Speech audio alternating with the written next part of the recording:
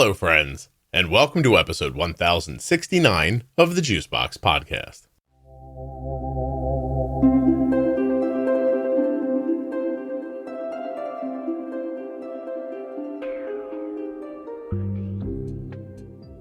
Today I'll be speaking with Kamaron. He is 31 years old, been living with type 1 diabetes since he was 10, and he's had a bit of a rocky road. Today Kamaron comes on the show and tells us all about it. While you're listening, please remember that nothing you hear on the Juicebox Podcast should be considered advice, medical or otherwise. Always consult a physician before making any changes to your healthcare plan or becoming bold with insulin. Learn more about comfort at CozyEarth.com. Learn more about savings by using the offer code JUICEBOX when you check out. Get a free year supply of vitamin D and 5 free travel packs with your first order of AG1 when you use the link drinkag1.com/juicebox. Find the private Facebook group, Juicebox Podcast, Type 1 Diabetes, and please subscribe or follow in the audio app you're listening in right now. Subscribing and following in like Spotify, Apple Podcasts, Pandora, wherever you listen, is a huge boost to the show. I don't normally put a brand new episode out on Thanksgiving, but I put one listener in charge of deciding about today's episode, and she happened to be Canadian, so she chose new episode. This one's for Canada, everywhere else in the world, and people in America hiding from their families. This episode of the Juicebox Podcast is sponsored by Touched by Type 1. touchedbytype1.org. They're also on Facebook and Instagram, and they are an amazing organization helping people with type 1 diabetes. They just want you to come by and check them out. Find them on Facebook, on Instagram, and at touchedbytype1.org. The podcast is also sponsored today by the place where Arden gets her diabetes supplies, US Med. usmed.com/juicebox or call 888-721-1514 at the link or at the number. You get your free benefits check and you get started with US Med. My name's Kamaron, 31 years old, live in Indiana, had diabetes for 21 years now. So I know you're a big math guy. You could probably figure that out. I was 10 years old when I got diagnosed, and it's definitely been a journey to get to where I'm at today. Kamaron, if the country is hinged on people being math guys who can subtract 21 from 31 quickly in their head, I think we're in trouble. But yes, so you were 10? I was 10, yeah. Do you have any brothers and sisters? I do. So my parents were never married. So I'm the only child that my biological parents have. But then they remarried, and so I have 3 siblings on my mom's side and 3 siblings on my dad's side. Wow. Were any of them around when you were diagnosed? All but one. Okay. All but one. How did you work? Yeah. How did you work that? Did you go back and forth between houses, or did you live with someone? Yeah. So I was born in Ohio. I lived there for 7 years. And they used to live like literally you could walk to the end of the street and see my dad's house, or walk to the end of the street and see my mom's house. They lived really close. I think I'd spent considerable amount of time in both places, but I wouldn't say they were the friendliest with each other, but they definitely co-parented well. And both my stepmom and my stepdad were both big factors of allowing the smooth transition, I guess. Yeah. How was that, getting input from so many adults? Like, did you find it valuable, like hearing, I guess, more perspectives and getting different ideas from people? Like, did it make you more well-rounded? Definitely. They're 2 totally different people. And I knew that when I was with my dad, I was going to be exposed to these type of things and these type of people. When I was with my mom, I'd be exposed to something completely different. And I wouldn't say one was better or worse than the other, but like you said, it definitely helped me in shaping who I am today, my childhood, and ultimately while we're here, the care of my diabetes. Yeah. So, Well, yeah. let's get that's really fascinating actually, but we'll move forward to your diabetes. So you're diagnosed, are your parents together at that point, or are you living Nope. no. Okay. Nope. They're not. So what do you remember So, about it? Anything? oh man, I feel like it's a funny story. So it was May of 2002. The Harry Potter movie had come out, I think, in like the holiday season, like 2001. And I was really on my mom about wanting to go. I pushed her and pushed her like to take us. And it's not that she didn't want to, but she made us earn things that we got.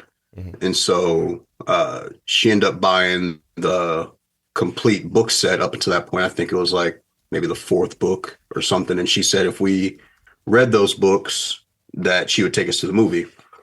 Well, I was 9 at the time.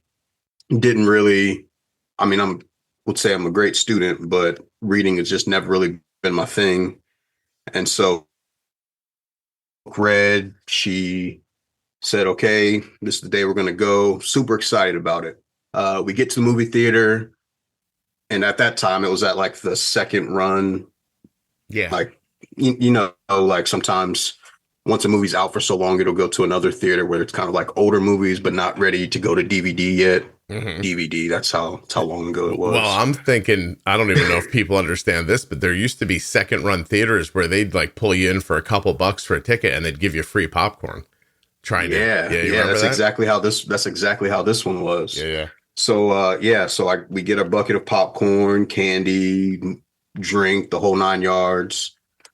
Movie starts. So I'm real excited. I've already read the book, so I kind of in my mind know how the movie's gonna play out. But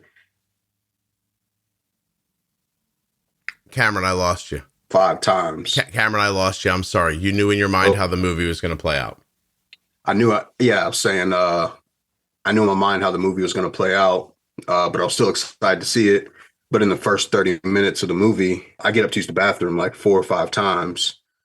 The first time it's like, understandable. Second time, my mom's like, geez, like maybe you shouldn't, you should put the drink down.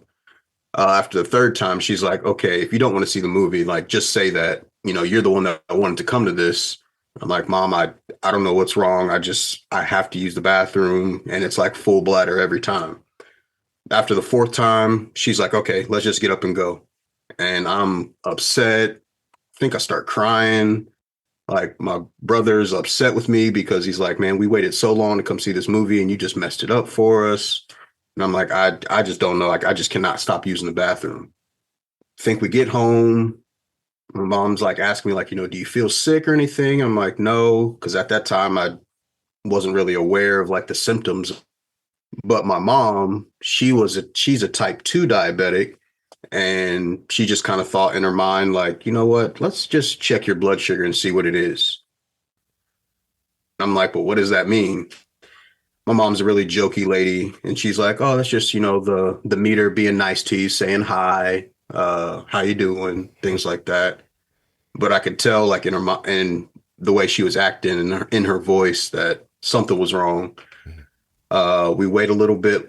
I think like maybe a couple hours, check it again, still says hi. And she takes me to the emergency room. And right then and there, they just listing off everything that had happened. They're like, yeah, we're going to go ahead and admit you to our peds unit. At that time, they tell me like, you have type Cameron, rest of my life. Cameron, I'm so sorry. They tell you have type 1 and they told me I had type 1 diabetes, my blood sugar 1600. And at that point, I realized like my life was going to be changed forever. Wow, 1600. Yeah. Oh, geez, that's crazy. How had you lost weight? Like in hindsight, did you look back and say, "Oh, I've lost weight"? I mean, I've always been on the thin side, outside playing around. So you're always drinking water. You've always been a skinny kid. She said that she never really noticed any of that stuff.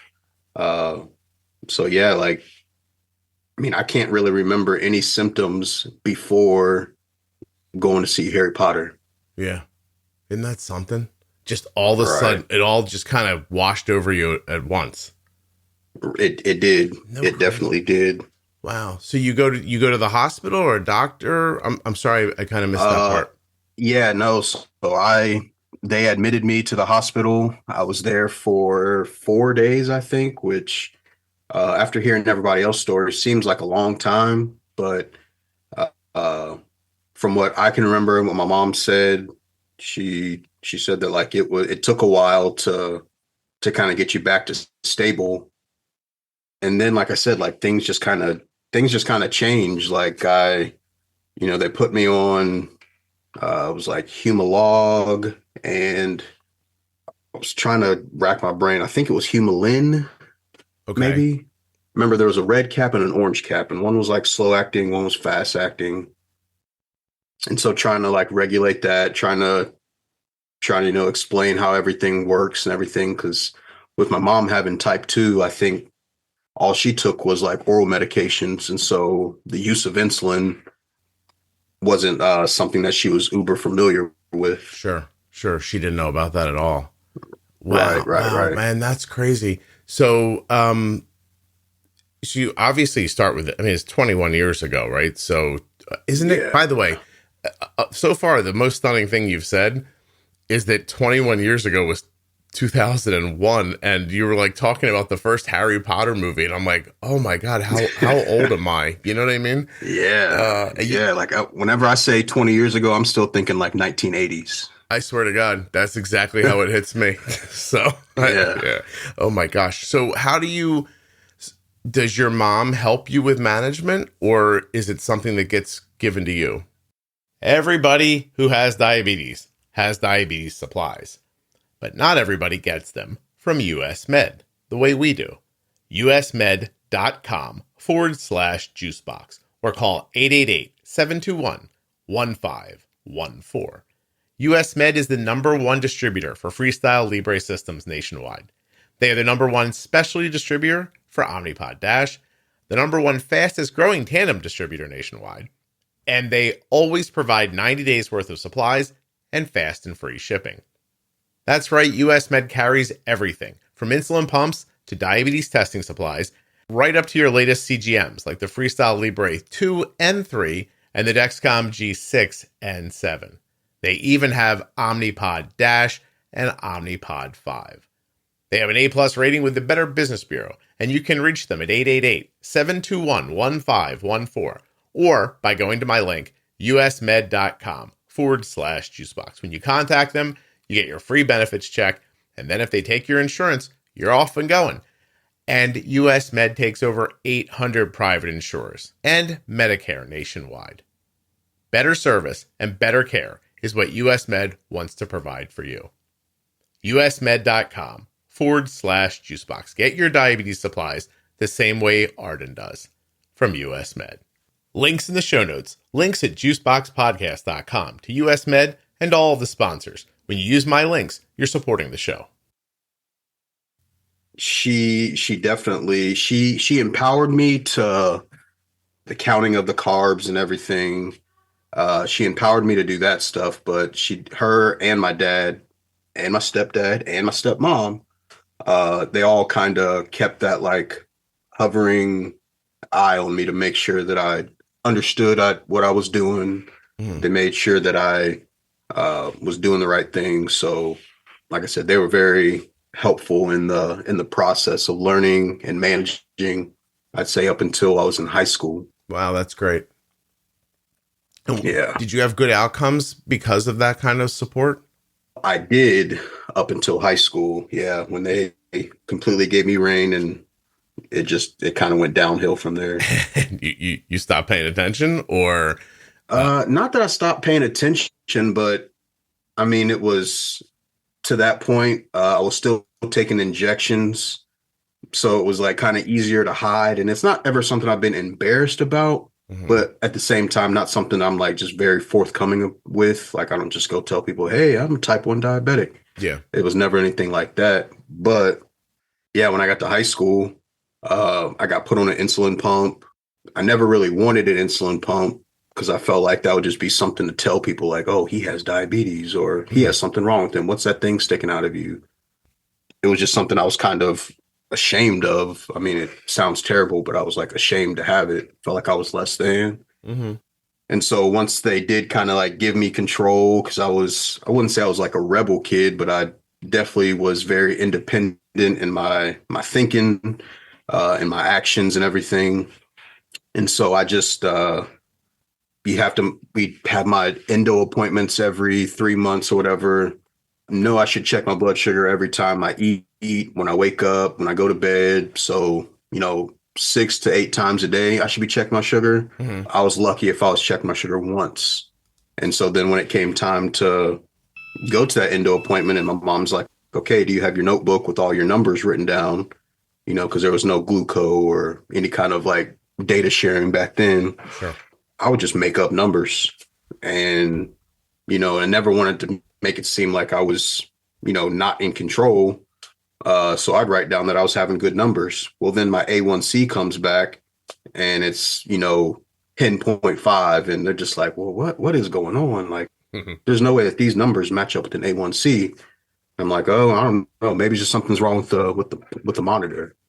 And so we had to have gone through like 7 or 8 different monitors, different, stop using my fingertips. I start using my forearm and my palm, things like that. Kamaron, while all that's happening, are you sitting in that office thinking, I'm not really doing anything? Like, Yeah. And looking back on it, man, I feel bad about it, because I know I put my mom through hell trying to figure out what was wrong. I feel like my endo knew, but she didn't want to be, accusatory or anything like that. Mm-hmm. But I know I put my mom through hell, and my dad's kind of just like, man, this is not making sense. I don't know, but you seem like you're okay, but really I wasn't. Yeah. So another thing that's kind of like ashamed of, but from like the age of, let's see, so I got diagnosed when I was 10. From the age of like 10 to 12, like I probably wet the bed like at least once a week. And it was because my blood sugar was so high all the time. Sure.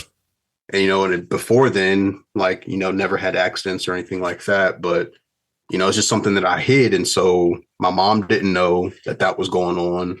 And it was, I think had she have known, she would have known like, hey, okay, your blood sugars aren't right. And the things that you're writing down on this notebook, as far as what your blood sugars are, that's it's not adding up. So let's try to let's rein back your control and let me get back to kind of take over more control. I think if she would have known everything that was kind of going on behind the scenes, had the classic like muscle cramping, just always felt kind of tired and dry.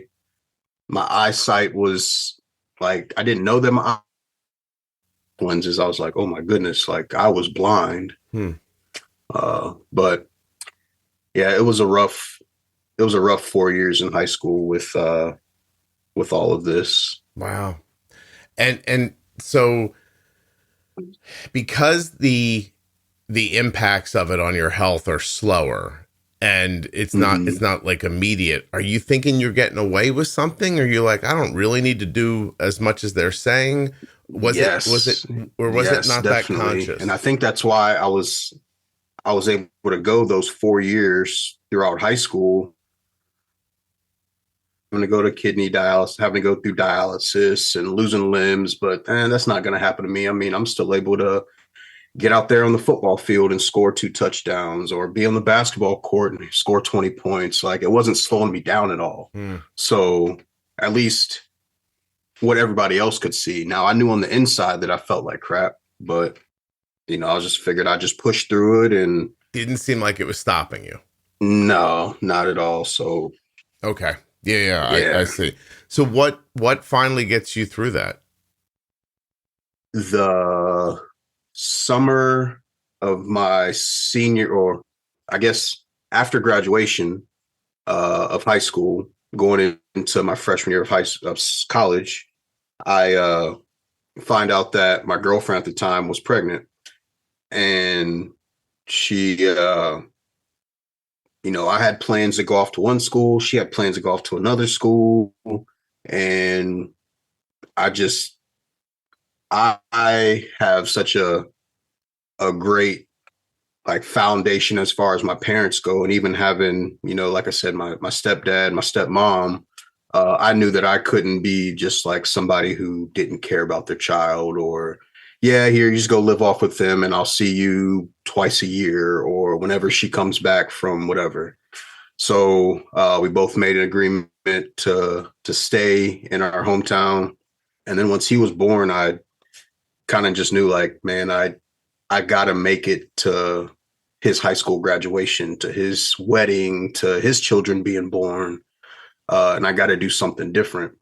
Now, it wasn't like an overnight like realization, but at that time I started, actually checking my blood sugar and seeing like, damn, man, like your blood sugar is like 300 all the time. And that's not going to get you to where those goals or those milestones that you say you want to be at. Mm-hmm. And so the birth of my first son definitely changed, or at least put me in the path of like getting better. Now, I still wasn't exactly doing what I was supposed to be doing. It definitely made me feel like I need to change something or else I'm not going to make it. Yeah. Tell me, how old are you when you have your son? So I just turned 18. Wow, man, that's hard. Yeah. Like forget diabetes.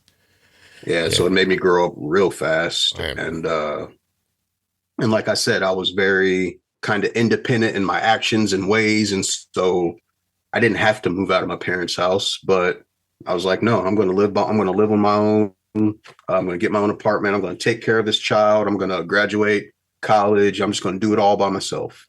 It was challenging, but like I said, I knew that I had something to live for. Now it ended up being for the better. Kamaron, it is the most common theme in my conversations with people who are adults who have type 1 diabetes is that it took like the concern for someone else or a relationship of some kind to make them focus on themselves and pull things together. It's just the most common theme. It's something else. Yeah. And it's like, to me, it seems like that's like, man, so you care about somebody else more than yourself. But I mean, I do care about myself, but I felt like I was managing. So I was like, oh, I don't need to change anything. But then like I said, having the birth of my son, knowing that I need to be around for him, it just gave me that extra push, that extra motivation that I needed. Because, and I always tell him this, like without him, like I probably wouldn't be alive today. Wow. Because you think you would have just continued on that path and then gotten into real trouble with your type 1. Most definitely. I mean, there were times where like my blood sugar, I check it when I wake up in the morning and it's 500 and I'm just like, oh shoot, like I didn't take any insulin yesterday. So then, and like this sounds terrible, maybe this needs to be like an after dark to maybe shield some kids listening or something, but like I would take 30 units of insulin. Oh, dear God. Yeah. Yeah. And like I said, that was just how I was doing things and how I was managing my diabetes. But I just felt like, oh, okay, well, I can just take this insulin and everything will be fine. I had never listened to the Juicebox podcast. I had never really cared about like the little things that I could do to make such a difference in my life, not only for my physical health, but like for my mental health, and just for like all the relationships in my life. Because I felt like those kind of were on edge sometimes because of my up and down with my blood sugar. Just, it messes with your irritability, your mood, your focus. And I didn't have the focus and control of myself to take on the initiative to stop myself from letting my sugar get so high and then doing something dumb like taking a big bolus of insulin to let it get so low. Yeah. And so, it messed with my mood and irritability sometimes. And that was probably hard to deal with. Yeah. It's just such a cycle, right? You don't manage your blood sugar gets very high. You stop, you're not making decisions the way you would if your blood sugar was lower. And now it just snowballs. And then eventually the number slaps you in the face and you say, oh, I guess I got to do something. And then it breaks through all that. And then you do another thing that's not safe and then just try to catch it on the backside. I hear adults say, when they have friends with diabetes that, when people have trouble, like with really low dangerous blood sugars, it's often because of this. It's often because they get into a situation where they just get very aggressive with insulin and then sometimes fall asleep afterwards or things like that. And then they're not there to help themselves. Exactly. Exactly. And that's kind of what was happening. There's a difference between being bold with insulin and then being careless and reckless with insulin. Yeah. And I was definitely doing the latter. I, wasn't really thinking about the consequences of what was going to happen to me.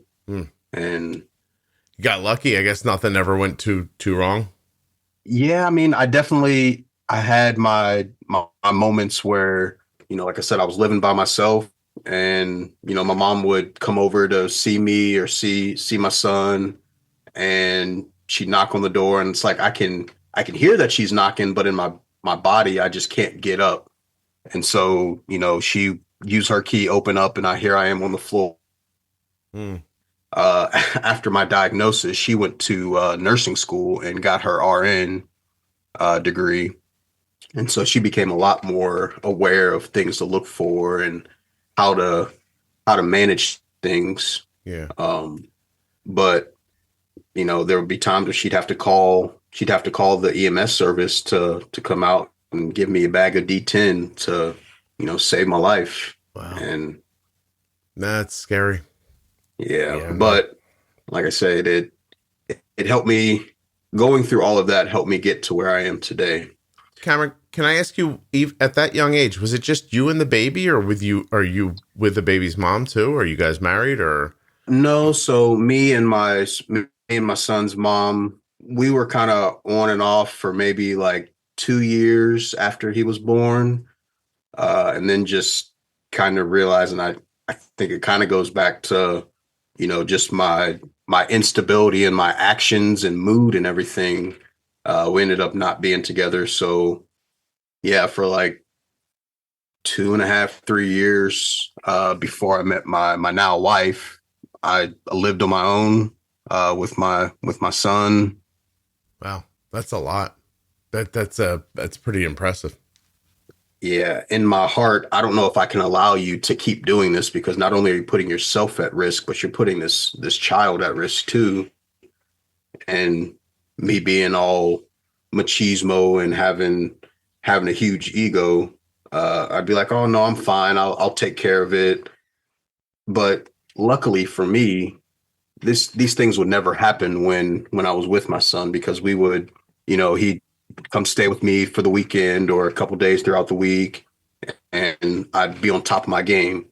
But then when I wasn't with him, that's kind of when I would slip back into old Kamaron ways and not take care of myself the way that I should. Yeah. Well, Kamaron, I mean, in honesty, you're really just describing an 18 or 19-year-old guy, or a person, and the application of diabetes to your life, I mean, is obviously, it's unfair, it's unexpected, and you're still going through like a growth and maturation process. You're not finished with it yet. And now you have this serious thing to do. Like, it's easy to say like, oh, I should have done better, or I could have, or I wasn't. But I mean, I don't know how many 19-year-old people, taking anything very seriously. Not a lot. Yeah. Not a lot. Yeah. Right. So you just put in a bad situation at a bad time in your life. And I mean, to your credit, you pulled yourself together, Yeah, but I cannot take all the credit for that, because like I said, meeting my wife, she definitely had an impact. When I first met her, I was getting better at the management of my diabetes, but I still wasn't doing everything that I was supposed to. But she kind of like put it down, like, I can't keep seeing you like this, because she also had to see me sometimes with those low or high blood sugars, and she had to call EMS a few times. Yeah. But she got me to the point where I could see that like I was really going to lose something great if I didn't if I didn't change something and stick with it. It couldn't just be do it a little bit here, a little bit there type deal. And yeah, without her, I definitely wouldn't have the control that I have today. Yeah, well, listen, I mean, I got that story. I think a lot of guys have that story. Yeah. But did you have that realization of like, well, I already like I'm not with the mother of my child now because of like, and it's going to happen again? Did you see like, oh, geez, this is happening again? No, see, because at that time so when I met my wife, I was 20, 21. Mm. I didn't have the knowledge that I have now. So like looking back on it, like, yeah, I'm probably, well, I wouldn't say the only reason, but one of the reasons I'm not with my first son's wife, my first son's mother, was because of my diabetes. But I mean, now I can say that. But back then I'm just like, oh no, she's crazy. She doesn't realize what she's losing out on. I can't deal with her. Yeah, Cameron, every girl wants a guy laying on the floor, incapable of helping themselves. But I realized that I could lose something good, and pretty much from day one, she has been good for me and good to me. So that's excellent. Yeah, you can't beat a good pairing. And I mean, honestly, it gave me that extra push, the thing that I needed to like stay consistent with my care and everything that I was doing. Mm-hmm. Yeah, I mean, it sort of makes sense too, because generally speaking, women mature faster than men.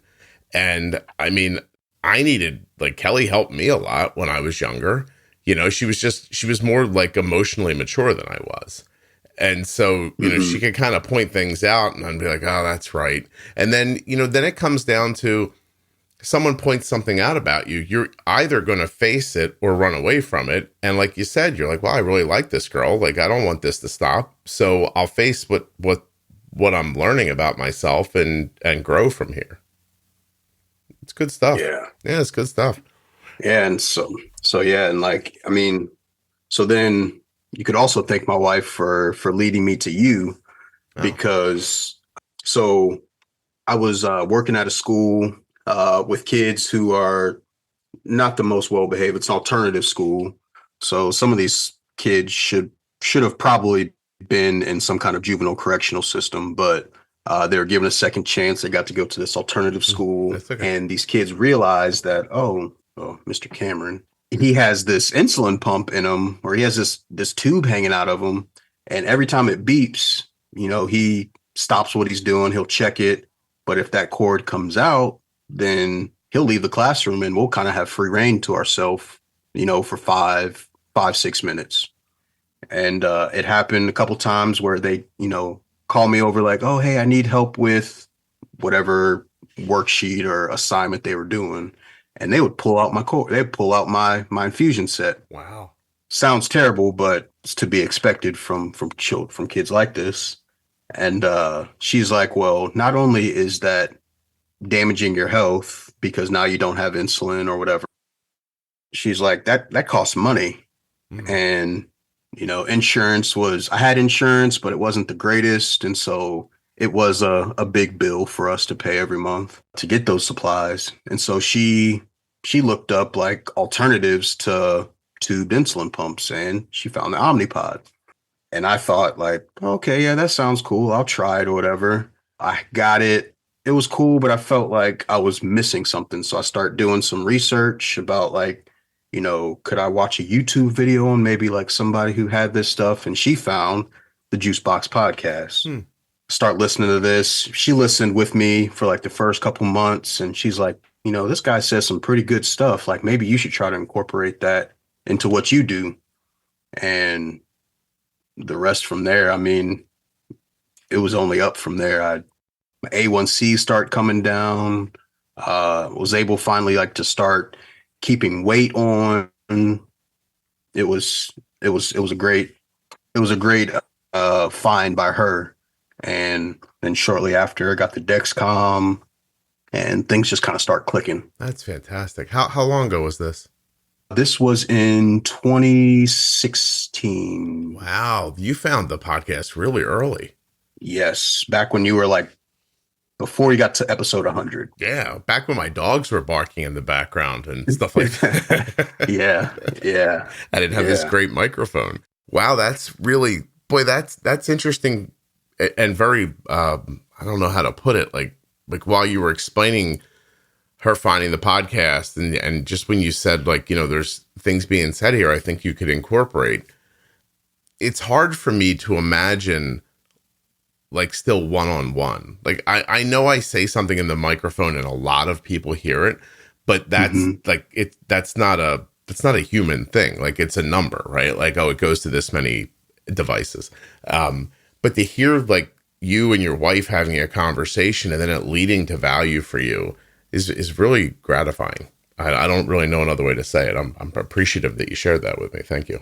Yeah, I mean it's great, and I mean sometimes I always ask like like why is Scott not like in the medical field? Why is he not an endocrinologist or a diabetes educator? Because half the stuff that I hear from him, I've never heard from my endo team or when they make you do trainings every time you get a new pump or something like that. Like, Yeah. and not to belittle like your experience or intelligence or anything, but he's no medical professional. So, how is he able to come up with these realizations and they're not? It's a strange thing. I think that the system teaches a way, and that's then people get into a professional setting and they do the thing they were taught, and you're being taught based on old ideas. I can, I can shift in the moment, and I still don't get me wrong. I never had like an experience and ran right to a microphone or a keyboard and said like, oh, this just had like, I wait a while until I think like, this is really consistent. Like I'm seeing this over and over and over again. This is a thing that's not letting me down. Now it's a good time to share with people what we're doing. And, but then I can pivot. Like, right. Like if you're at a hospital right now working and Hmm. you're like, yeah, man, I'd love to tell people to pre-bolus, but they won't let me do that here. There's no way to make a change. To me, that's just so mind blowing because, like, if you're not doing that, you're chasing that number. Yeah, And granted, yes, sometimes there are certain situations where pre bolusing isn't necessary, might even be detrimental. sure. If your blood sugar's 60 before you start eating, well, yeah, maybe you should eat and then take insulin like in the middle of your meal. Hmm. But like the term pre bolus, and I even used that like when I first met with my current endocrinologist and I use the term pre-bolus, he's like, well, what does that mean? I'm like, what? Great. Man, you got all these pictures on your wall. Like you've been doing this for 20 years and you've never heard the term pre-bolus. Like, Or never man, never just considered the idea of matching up the impact of the insulin with like, like with the food. right. Is that a crazy thought?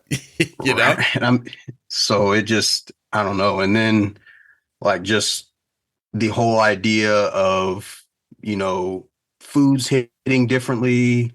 Like I said, I've learned, and maybe it's stuff that I knew, but I didn't really know how to put that into practice. Hmm. But yeah, listening to the podcast just kind of opened up like a whole new way of thinking, and being bold with the insulin. I'm thrilled And for like I you. said, not being reckless with the insulin, but being bold, like not being afraid to Yeah. push that number down. Like, yeah, it's 120, but let's try to get it to 100. Let's try to get it to 90. Like you Right. feel so much better, and over the long run, it'll help your. Cameron, you jumped out there for a second, but I'll just say, like, you back? Oh, Yep, oh, I'm here. yeah, Yep, okay. I can hear Sorry. you. Hey, I used to hear people say that too, like, oh, this guy is saying to be like careless with insulin. I was like, where'd you get that from? Like, I Oh, I said bold one time. I was like, just be a little bold. That doesn't mean it doesn't mean light your hair on fire and jump off a cliff. It just means don't lay back. And then as I was saying it for longer and longer, I don't hear that anymore. Now that there's a bunch of content up and people who listen really understand it, you realize that that's no different than any other knee-jerk reaction that you see in media anywhere else. Like you can hear a snippet of anything anyone says and argue about it. Yeah, it gets taken out of context. 100%. Yeah. And so now that it's up, like, and people can listen, they go, okay, I get what he's saying. Just maybe not be scared would be a good, right. Because we're being proactive instead of reactive, and that's, I feel like, what helps lower that A1C, what helps get your standard deviation down. Because if you're not taking insulin until you're 150 arrow up, by the time it levels back out, you might be at 200. Sure. And then what does that do for the sensation in your fingers? Like, and those are things I'm sure nobody wants to lose. So yeah, right. Like what do those deviations, those jumps and those spikes, like they're very harmful to your body. Like every time your blood sugar spikes up and stays up and comes crashing back down, that's hard on you. And it's a cumulative effect. If that keeps happening, then things get worse. I mean, you were having real problems when you were younger and you weren't even doing it that long. And, you get bad impacts from it. Exactly. Yeah, no kidding. Kamaron, don't be scared of insulin is not a good logo tagline for a t-shirt. So I went with bold. Don't be scared of your insulin. I think it sounds great. Good. I appreciate it. And it sounds good. And it hit you well. You heard something, you thought, well, this makes sense. And then you tried it. Like, I think there are times when people think like, oh, I have to do exactly what that guy says. Like, I don't think that at all. Like, I think of myself as delivering concepts and ideas, and I'm just sharing. And then you take them back in your life and see where they fit or not, Right. Because, you're like, yeah, you're, about to hit like 800. You might have even pick on past 800. Oh, yeah, I'm way past that episodes now.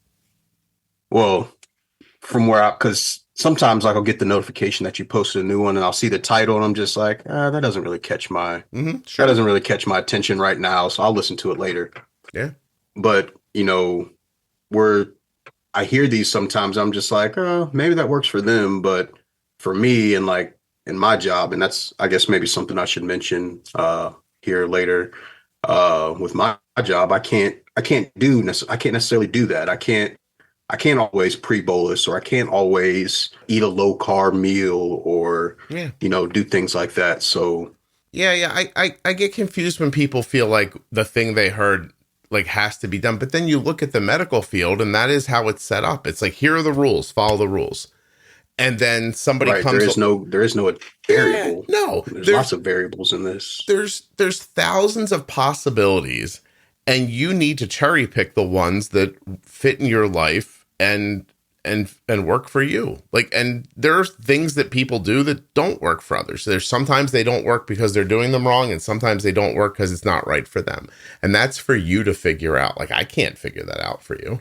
But what I know is that when people go to a doctor's office and they're given a static set of 5 rules, what I'm hearing back from people is that does not help me. And I live an unhealthy life. Right. Yeah. So I say, give everybody all the information that exists and then let them write their own story with it, Yeah, but it does take time though, because newly diagnosed, I would never be able to be like, well, okay, so yeah, my blood sugar is this, but I know if I just kind of bump and nudge a little bit, I can get it down without fearing that it's going to get low. Mm-hmm. Or I can eat a bowl of pasta that maybe has 80 grams of carbs. And then I could also eat, a steak dinner with some potatoes, and that also has 80 grams of carbs, but that's going to hit me completely different. Like you don't have that baseline or those life experiences to help kind of guide that. So I can kind of understand why they give the kind of static, like, just do this and see if it works. But when you've been going to the same endo for 10 years and they're giving you the same information, it's like, well, as I need to adjust, you should also be adjusting. Oh yeah, as well. No, and I don't know how many people I have to talk to who didn't have access to the information and now do, and things are so much better for them. You can't hold back information from people. It has to be readily available to them, and then they can, they're adults. They can do what they want to do with it after that. Like it's, and hopefully people have good success like you did. You're doing terrific. It's amazing. I'd like to think so. No, are you kidding? What's your A1C now? My A1C now is 5.4, which I mean, like I remember when I looked on the Clarity app, and the Clarity app said that my A1C was going to be like 5.6 or something. Mhm. And then I go to the doctor's office, and get my blood work back, and it says it's 5.4. And I'm just like so excited. And he's like, well, you already knew it was going to be that, right? I'm like, yeah, but 5.4, that's almost 7 whole points lower than what I was 5 years ago. Wow. And then what I was 10 years ago. And so just the progress that I'm making, like, I always just look back and be like, man, I've come a long way. Yeah. I've come a long way. You have enough history to appreciate the success that you're having. Right. Yeah. I mean, because I can remember times where, I'd leave on a trip, maybe go out of town somewhere for whatever reason, and forget to bring insulin. Like, man, I packed everything else that I needed, but I forgot my insulin. Whatever. I'll be fine for the weekend without it. Wow. And now, like, I can't even leave the house without, like, okay, do I have my go bag with me? Do I have my PDM? Do I have an extra site? Do I have an extra sensor with me, just to, prepare for all that stuff? And without all those bad times I went through before, I might not have the knowledge or even the wherewithal to think like, let's prepare for everything. Yeah. Well, not everything, because you can't really do that, but let's be better equipped to handle this thing called diabetes. Yeah, within reason. Like there are times when I see people like, I'm in another state and I need an infusion set. I'm like, how did that happen? Yeah, I mean, that's like when we're packing, like we just got back from a spring break trip, and the first thing that was on my list was diabetes supplies. And not only am I like having my diabetes supplies could just mean having my PDM and an extra site with me. But you're going out of town, like, and you're going to be gone for a while. Like, why don't you have, you might only be gone for a week, but I'm going to take 4 sites with me. I'm going to take 2 sensors with me. And sometimes it might seem excessive, but you never know what might happen. Well, it's better to unpack it at home later and not use it than not have it. And that's, I would say, that's something I say all the time. And my kids even will repeat after me. Dad always says it's better to have it and not need it than need it and not have it. Yeah, damn right. Oh, please. When we go on trips with Arden, I mean, I could probably take care of 2 people who use an Omnipod, right. Because why not? Like, and then just sometimes seeing all the posts and things like on the Facebook site and everything. And people are, they might be, 5 hours away from home and say that they need something. I would like to be able to help those people if ever I could. Mm-hmm. So that's another reason you never know who you might run into. And people are kind of more open about it now. So like you might see somebody's Dexcom like on the back of their arm and be like, ooh, they have diabetes. And, my wife will be like, oh, he's going to go say something to him or whatever. Or you kids think you're corny, Kamaron, or no? Yeah, but sometimes I kind of like that. I like when people approach me about it. So I would think that maybe this person would like the same. Yeah. No, I think everybody's in a different part of their journey, but I think that it is a mentally and psychologically freeing thing to not hide your diabetes and to meet other people who have type 1 or type 2. I just think it's terrific. Like it's absolutely can pull you out of that feeling of like, oh, this is just happening to me and it's not happening to anyone else. It's valuable to know that that's not true. Right. To have that community. And that's one thing, like listening to your podcast and then joining the private Facebook group and everything, like hearing some people's stories. It's like, yeah, I remember when that happened to me. And so I'm able to share my experiences sometimes. And, sometimes people are just like, oh, no, I could never do that. And other times people are like, thank you. Like I needed to hear that. And it's like, I'm just saying stuff that, I've experienced or maybe even heard from you in your podcast or maybe from your guest, but, maybe they didn't hear that episode. And so, just being a resource sometimes is all we need in this diabetes community. Yeah. Because it can feel very lonely sometimes, but it doesn't have to be. Yeah. And you could shift. I mean, it's a it's a pie in the sky idea for me, but I have a limited time on the planet, and I have a limited, influence in this space. And I'd like very much to see if I couldn't shift a generation of thinking. And, maybe we get to a point where, instead of you going to your doctor and saying, hey, what do you think of me pre-bolusing for a meal? And the doctor going, I don't even know what you're talking about. Like, wouldn't it be great if a generation from now, people came in, saw a spike and said, hey, are you pre-bolusing your meals? Let's change how people think about it. And because you're not going to change the system like that. No. That moves too slowly, right. Creaks along like an iceberg. So, you need something that's more nimble, that can change with technology. And I just think this is a golden moment. All these algorithms are going to be delivered to people over the coming years. You're going to see a lot more 6A1Cs on people who previously would not have been able to get out of the 9s and 10s if they were lucky. And say it wasn't even imaginable to me before the podcast, before the Omnipod and Dexcom, with the Omnipod 5 now, before that, like it would not even be imaginable to me to be in the 5s. Yeah. Like I hear that and I'm just like, whoa, like you take way too much insulin, or that must be because your blood sugar is low all the time. No, that's just because your blood sugar is steady. Yeah. And the only reason you thought that, by the way, is because you just didn't have the information you needed. Correct. Yeah. That's great. Correct. Like I said, just it's information. Just keep pumping it out there and people can do what they can do with it. And you're going to help overall. Like, are there going to be people who are overwhelmed by it and they're just like, I don't understand, or I can't make sense of this? They are. And that's unfortunate, and hopefully we can find ways to help them as well. But those people weren't going to be helped one way or the other, and so right. you have to look at the good. That's where that community comes in. Yes, and you feel like it's too much, it's whatever. But I think when you realize that, like, well, man, they're dealing with it, so why can't I? Yeah. So yeah, I find it helpful to know that, like, I don't have a degree in anything, that I couldn't be a doctor. I think that people can sit in their doctor's office and think, well, yeah, of course you can do it. You went to medical school. I'm an idiot. Like, if this guy with the podcast is doing it, like, Jesus, maybe anybody can, and I actually believe in that. And I hope that's what I'm getting across to people is I don't know anything.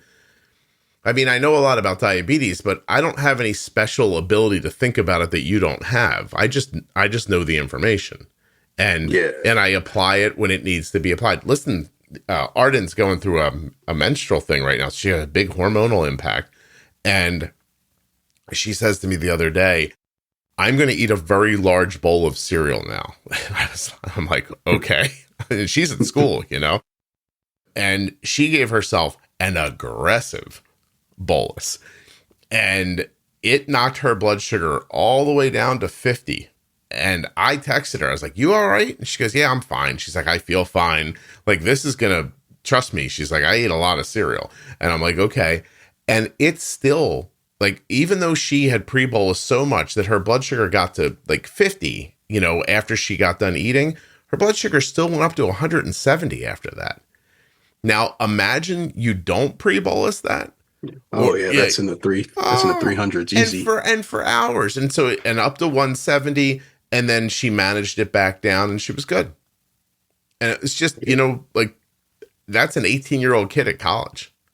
Right. So, and she doesn't listen to my podcast. She just listens to me drone on in her ear about it, So I generally believe that if you just listen, I know there's so many episodes, but if you just listen through this show, I don't see how you don't have an A1C at least in the high 5s or low 6s when it's over. I mean, it's not like you're given any kind of rocket science. It's just like, hey, like, did you ever think about this? You're throwing out things that aren't really given to you, information that's not, provided when you're first diagnosed or when you've been struggling with diabetes for 10 years, because it's not so, like you said, it's not a new age. We're not in a generation where the endocrinologist will be willing to kind of step outside of what's in the textbook that maybe was written 5 years ago. It's a privilege to have the information because so few people get it. I'm not going to out anybody, but I was asked to privately give my talk to somebody. Like there's a 45-minute talk, Cameron, I could give that would like write your thoughts about diabetes. And so this person comes and says, well, you're having so much success helping people with diabetes. What is it you tell them? So I get on a private, thing and I give the talk. And when it's over, the person says, I knew all that already. And so I was kind of dismissed as, well, you're not saying anything special. I thought you were saying something special. You're helping so many people. You just said things I know. And I thought, yeah, you know them. Lucky. Like, right. You know what I mean? Like they don't. Not everybody's on that same page. Yeah, it doesn't. And isn't that kind of comforting that they don't need rocket science text to figure out their diabetes? They just need these kind of common ideas and they need to be reinforced. They need to understand when to use them. They have to understand the impacts of their food and how insulin works, that it's not that hard. And I'm very upfront in the podcast. I say all the time, like, there's not that much to it. You just don't know it. Like you can get to it, when you're purely talking about management, not the psychological stuff and the community and all the other stuff that's really valuable. But I was kind of like, I'm not going to lie. Like, I hope they never hear this because he's a good person and everything. But I was like, man, that was shitty. Like, I was like, yeah. Well, I said, yes, it's not groundbreaking information, but I'm very good at delivering it to people. And that's a special thing, because if it wasn't, then I wouldn't have a popular podcast because people wouldn't need this information. Right. And so anyway, I was off-putting to me. It actually upset me a little bit. No, you definitely put it out there that I feel like is very digestible. It's fun to listen to. I mean, I listen to this podcast when I'm on my way to work sometimes, when I'm in the gym working out, just doing stuff around the house, because it's like I can hear it, and sometimes I can really key in on something that you're saying, and other times it's kind of just like a conversation's going on in my ear. Yeah. So your way of delivering is definitely, I think, one of the driving factors of the success of this podcast. I appreciate that very much. I mean, yeah. I have people tell me sometimes, like, well, I'm not good at learning when I'm listening. And I'm like, yeah, I understand that that's not for everybody. And they're like, well, you should do it like this. I'm like, this is how I do it.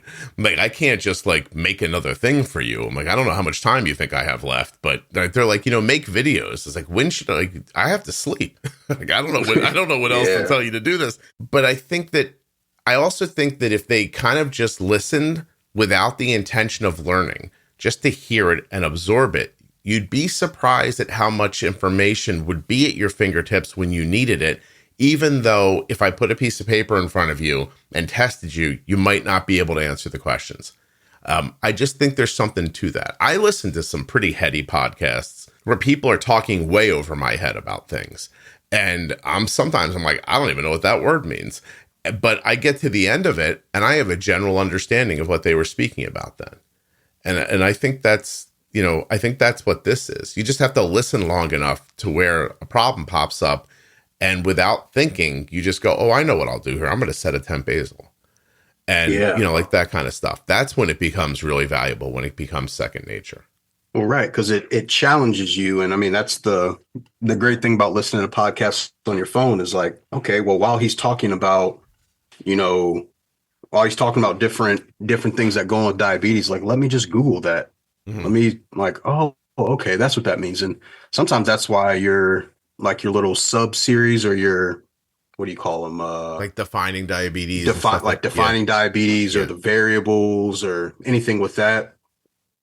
Those are always really helpful, because sometimes it's like, okay, I've heard that word before, but what does that actually mean? Yeah. Like, is that something that I'm dealing with? Or, oh, that finally I can put a word to what I've been experiencing. So now when I go into the doctor's office and I talk about, like my gut health, or I talk about different hypo or hyperglycemia things, like,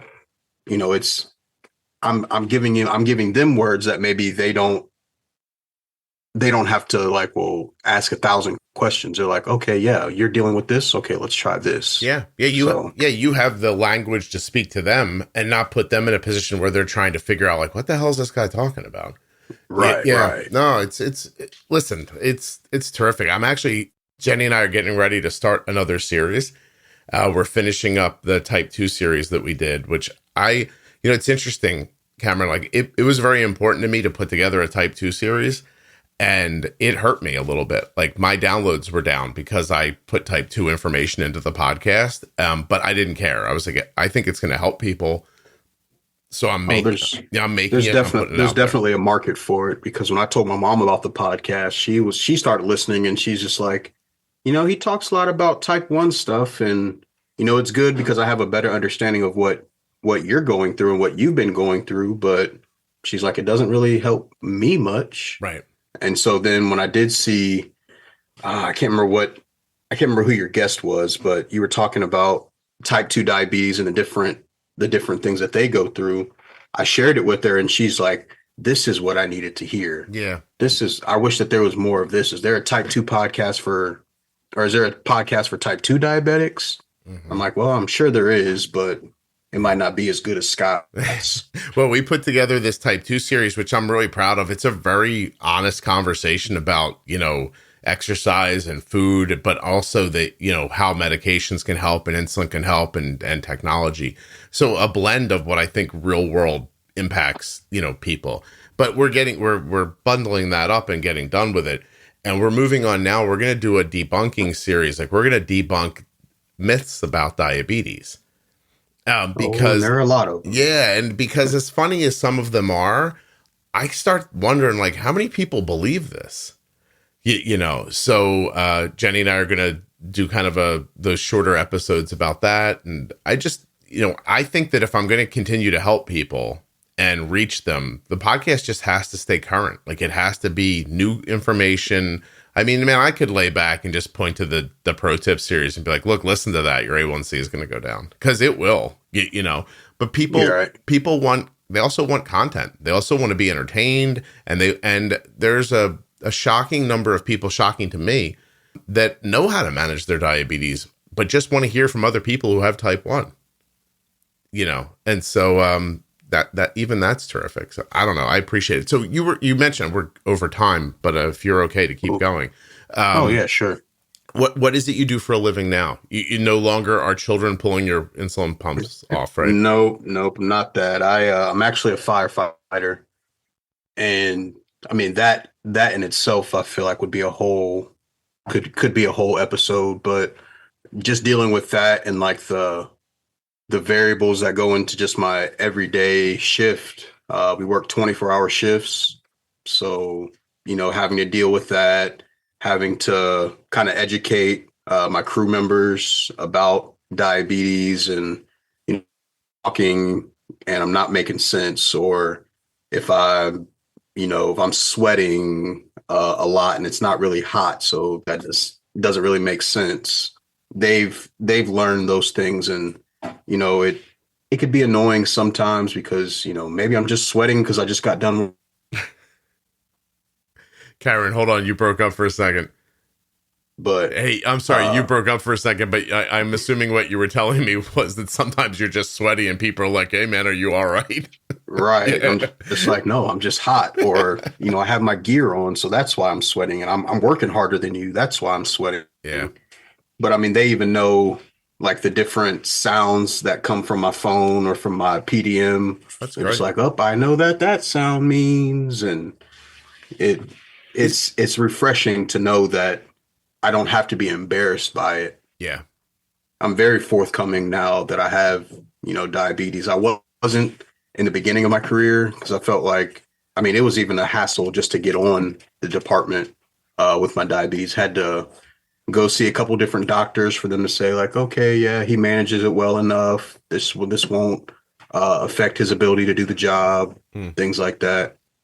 It's been good. And then I don't know if I mentioned it, but ever since getting on the Omnipod 5 and using this algorithm, it's made it to the point where sometimes like people ask like, is your PDM not working today? Because I haven't heard it beep at all.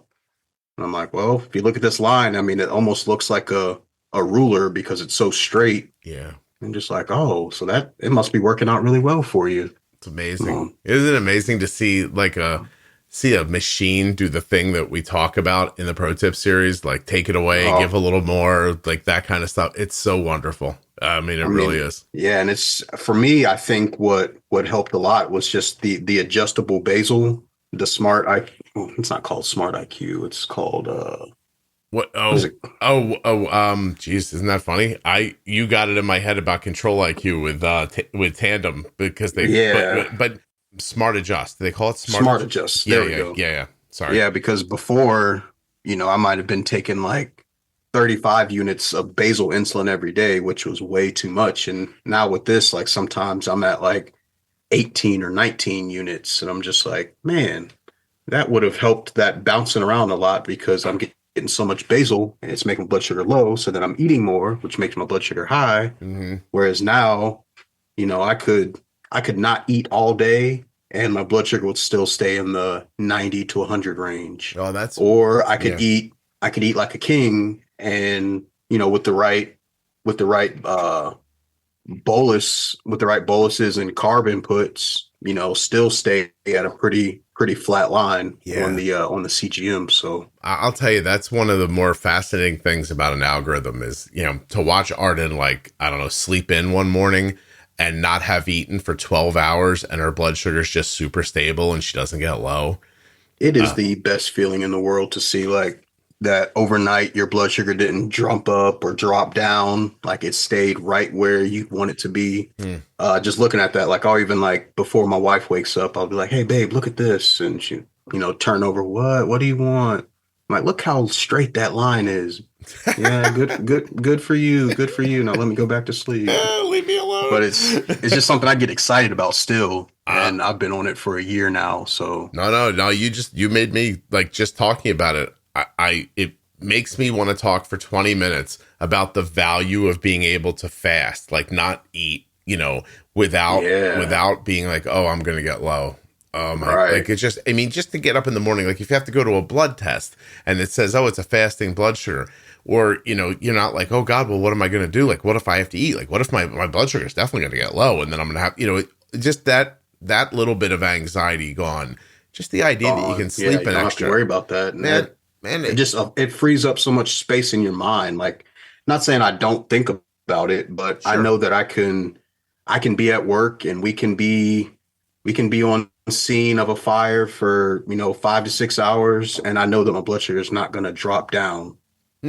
Or even Whereas I'm sorry, even if you do get low, the value of knowing that it's been cutting back basal for like an hour before that, like it's not like going to be one of those like crazy falling lows. Like, all right, I got low, but at least it's not a panic situation. right, That's yeah, I might have dropped down to 70, which having the tighter control now, I can feel that. Whereas before, it's like my sugars being in the 200, 300s. oh yeah, right. Yeah. No, So that sensitivity has gotten a lot better. fantastic. Glucose monitoring algorithms, greatest. Just really, I'm excited for them becoming more affordable and more available. You might really change like the world for a lot of people and their health. Just very exciting. Oh yeah. Yeah, Cameron, is there Oh, anything yeah. we haven't talked about that we should have? No, this was a great conversation. Like I said, I like to share my story because people see me now and they're just like, man, I wouldn't even know that you have diabetes. Like, kind of going into that myth thing that you were talking about, but they're like, you're not a big person or you're not old or, you don't eat like crap. So how do you have diabetes? And it's like, well, I have type 1 diabetes. Yeah. Oh, well, how can you do the job then? Because, I have a cousin that has diabetes and they're, they're not nearly as fit as you. So just, I guess, talking about the growth that I've had in the 21 years I've had diabetes, like just talking about it makes me feel like proud of myself and grateful for all the people and the technology that has come a very long way since my initial diagnosis is a great thing. You have a ton of perspective for a younger person too, because I well, I got an old soul. yeah, well, yeah, I definitely feel that. But you're also like your diagnosis time was interesting. Like you weren't in the 80s or the early 90s when everything was just kind of like a mess, like as far as insulin was going and stuff like that. It was still just very much coming together. Like you came into it 2001, there's not quite like CGMs aren't there yet. Like there's a couple more years away. Mm-mm. There's a pump or two that exist. But it just as things start happening, you're about ready to start taking care of yourself. Like, so, you while you were struggling 17, 18, 19, 20, the industry and the technology and the insulins were just really kind of all coalescing. And so when you popped up out of your hole and you're like, I'm ready to take care of myself, there was an offering of things there to help you do that. The podcast, insulin pumps, better insulin, CGMs. And you just like took off with it. Like it's really, really cool. Well, I'd be amiss to say I didn't pop up out of that hole. My wife drug you out of it, pulled me out of that hole. Yeah, okay, that's fair enough. Like I said, she is definitely a very big factor of my care today. Yeah, I mean, and I can even sometimes like I'll be annoyed because. So I don't need you to text me that my blood sugar is dropping. Like I get that on my watch. I get that on my phone. I get that on my PDM. Like I don't need another notification. But she's just like, okay, I'm just letting you know. Cause sometimes I know like you hear it and you think that you're going to be okay.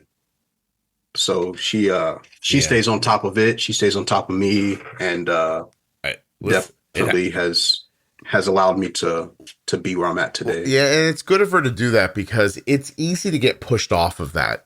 And like, I get your perspective. I really do.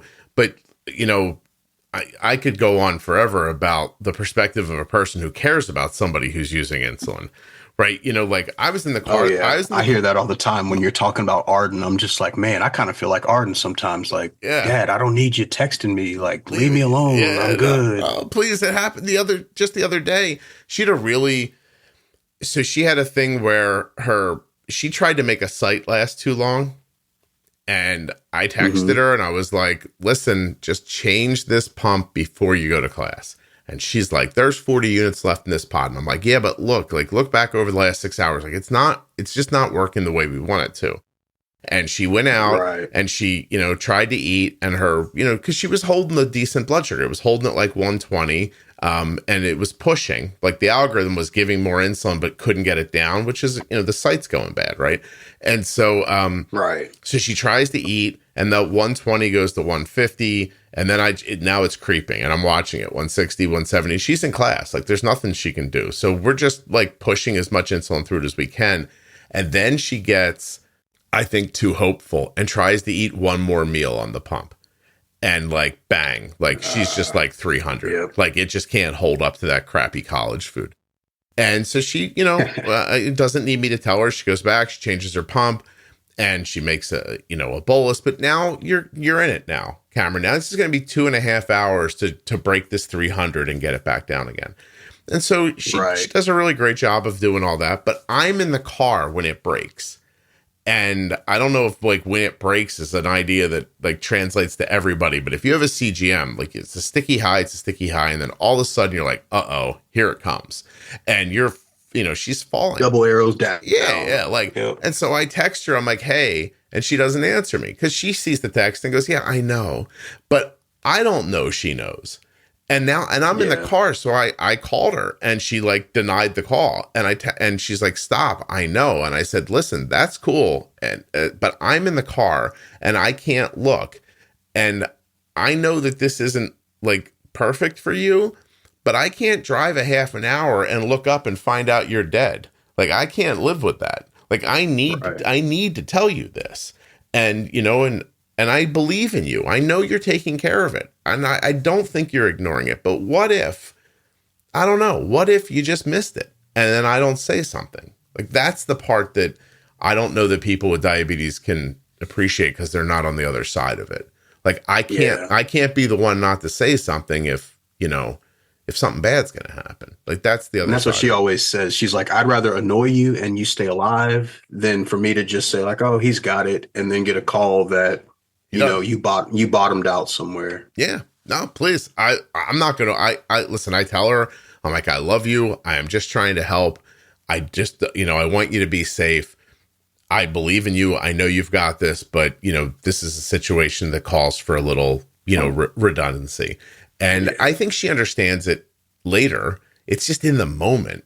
It must be so, and I can't imagine. It must be so irritating in the moment, for you. It is. And I feel like maybe you could talk to your friends at Dexcom and just say, like, maybe in the follow app, we can put like a chat feature where you can, put a thumbs up, like you see that it's dropping low, so that like the person knows who's following you that, hey, I see this, I've acknowledged it, I'm good. Oh, it'd be great. Wouldn't it just to like be able to like go into the app and just touch something that says, I'm aware that this is happening. So the people who are following you, right, just are like, oh, they know. Right. Yeah, no, please. It would be, I think that'd be a really great idea. Yeah, that's just one of my many ideas that I think would make the user interface better.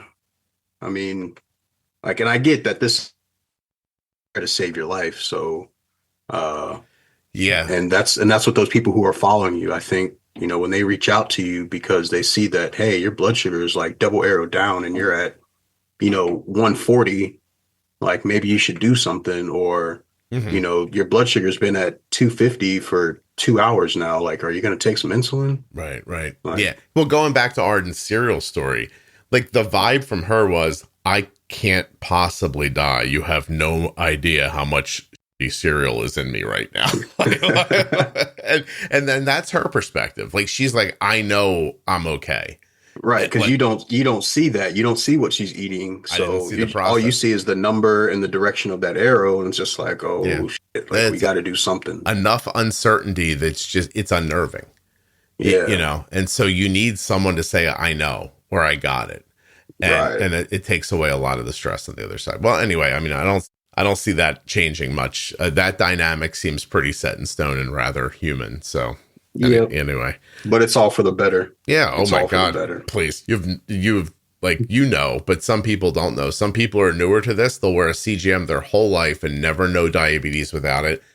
It ragdolls you when you can't see it. Like, you just feel like you're being thrown around some days when you're blind. And there's still plenty of people living without CGMs, and they still know that feeling. So it sucks. It really does. I hate when, like, at the doctor's office, they'll tell you like, oh, well, let's wait 6 months before we talk about putting you on a pump. And it's like, well, if the technology is there, like, let's just go ahead and give it to them now. Like, well, why make them suffer to deal with that? But at the same time, I think having that time where I didn't have a CGM and I didn't have an Omnipod, like, it allows me to appreciate, like, man, I got a really good thing here. And like, how was I surviving before? Yeah. Well, I agree with that, but you get to have that perspective because you made it through it. And you know what I mean? There are plenty of people who get told like no to an insulin pump and never go back and never ask again. And they end up going down a much different path. So like, yeah, I agree with you. Like, there's part of me that says, just give it to everybody. Like, what are you doing? There's part of me that appreciates that the struggle builds understanding.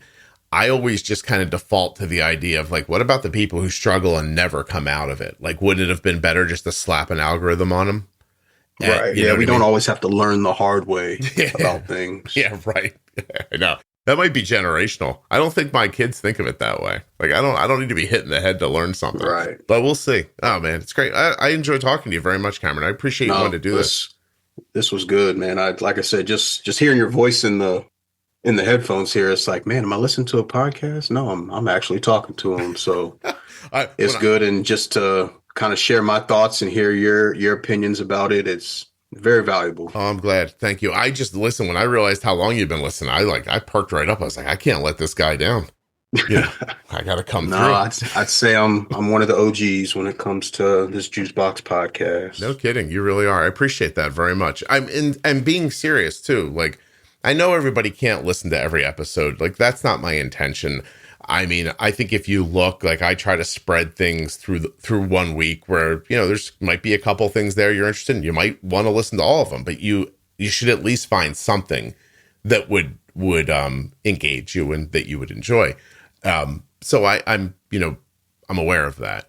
But Yeah, I mean, I think your titles of things, definitely spark interest. Sometimes I'm just like, wait, what does that have to do? Or, what does that have to do with diabetes? Like, or that kind of sounds like provocative. Like I'm curious to find out.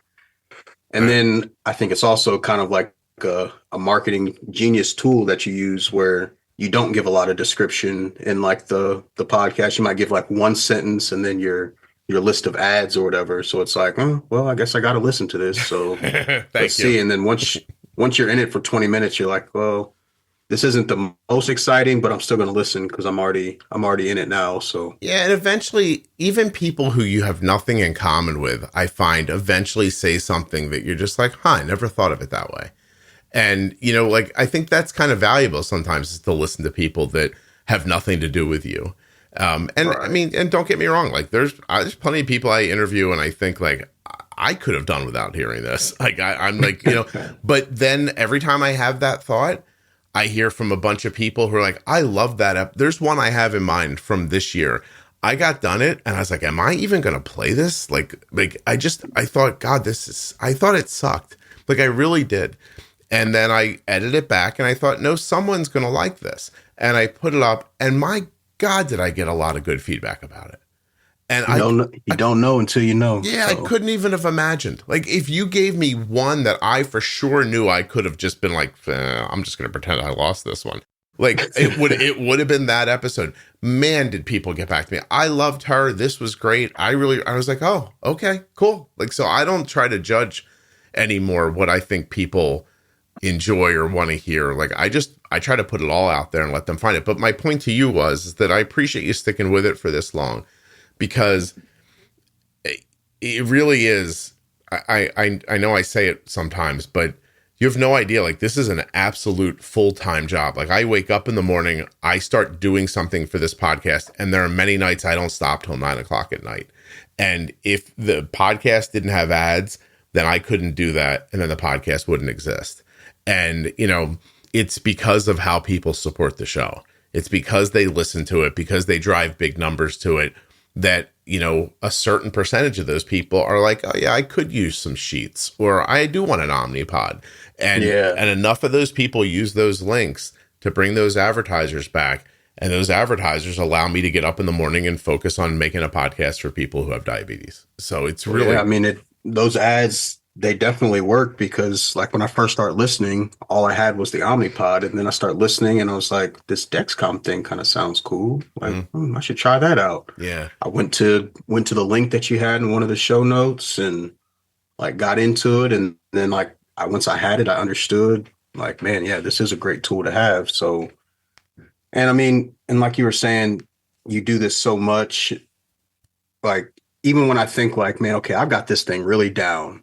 I listen to an episode and I'm just like, oh, okay. Yeah, that's an interesting take on that. Like I should try that. Mm-hmm. Yeah.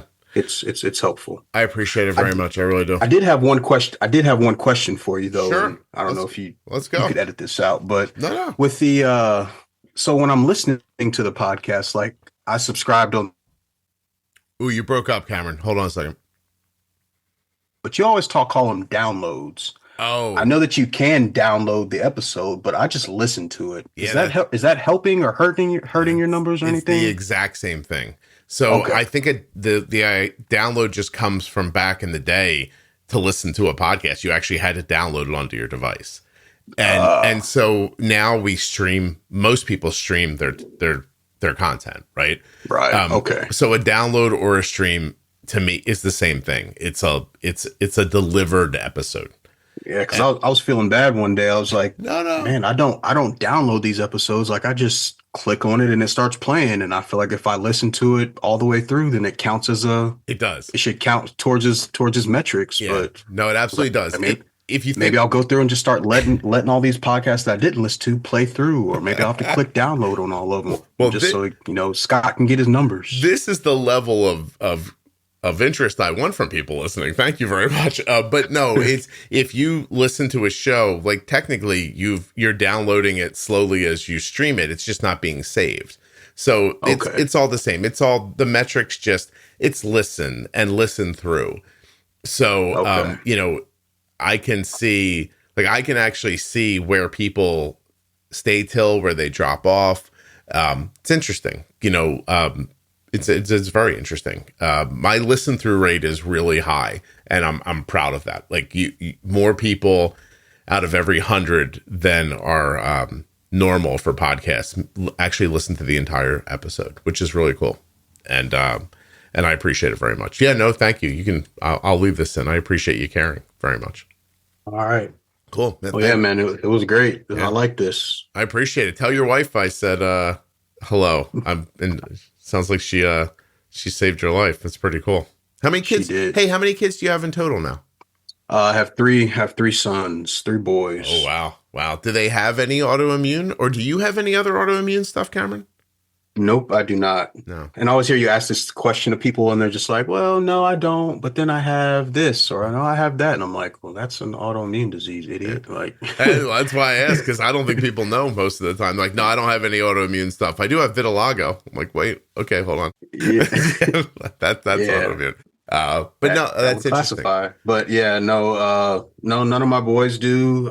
There was a time where I thought that my middle son, he would. We did the trial net thing and came back that, he was good. Didn't have any of the markers or anything.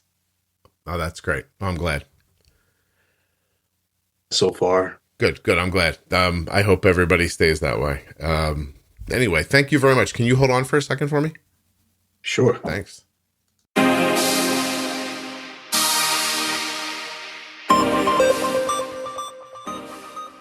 I want to thank Kamaron for coming on the show and sharing his story.